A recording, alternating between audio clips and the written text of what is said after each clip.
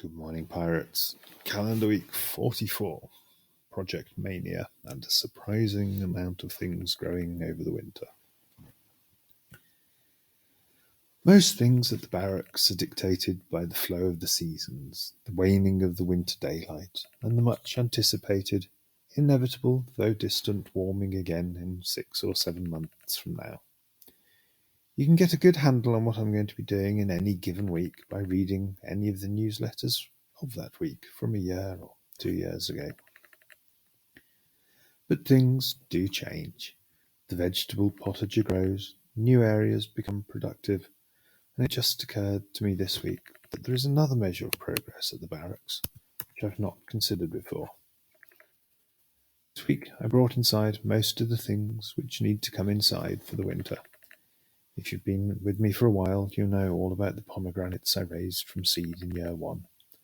They're now on their table in the loft, but joining them this year are the tomato cuttings that I'm trying to propagate over winter, the 100 or so new bushes that I'm trying to raise also from cuttings, the young holly trees, the banana plants, now 4 in number, and the coffee bushes. I allowed some of the lettuces to go to seed this year.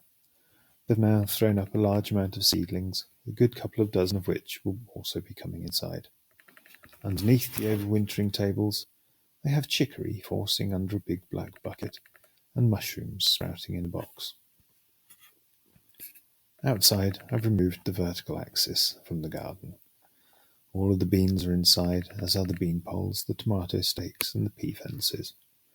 In previous years, the flattening of the vista has been the end of it. The gardening goes to sleep. Last year, I made my first real effort in growing over winter as well. This year, we're going for even more. In the last week, growing shoots have appeared of the winter wheat, the onions and garlic, and the Swiss chard.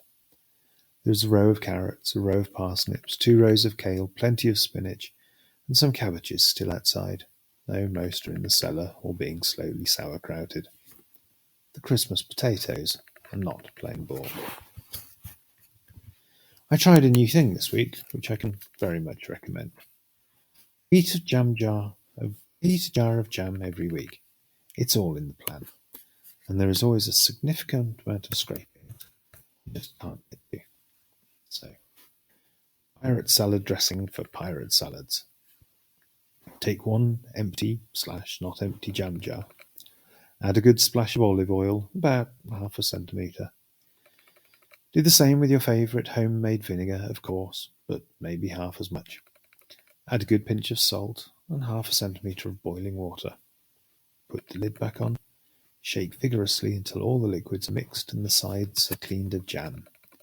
Best salad dressing ever.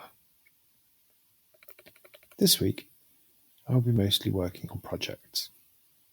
3 of them are the exciting card game project. I have the 2 best collaborators for the exciting card game project that you can imagine. I can't tell you more right now, but sure, once we're underway, I'm not going to shut up about it. A writing project. I have my first 3 partners in place, but we need more. The plan is an online zine thing with a genuinely new sort of outlook. If you're A, vegan, and B, interested in working with me on a writing project, get in touch.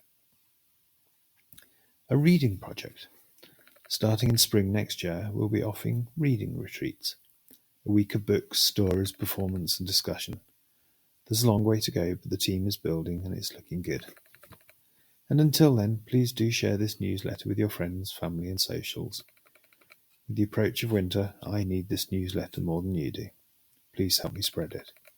The world is a mess. Let's try to treasure a corner of it which is trying to get better. Much piratey love. Your Pirate Ben. XO. XO.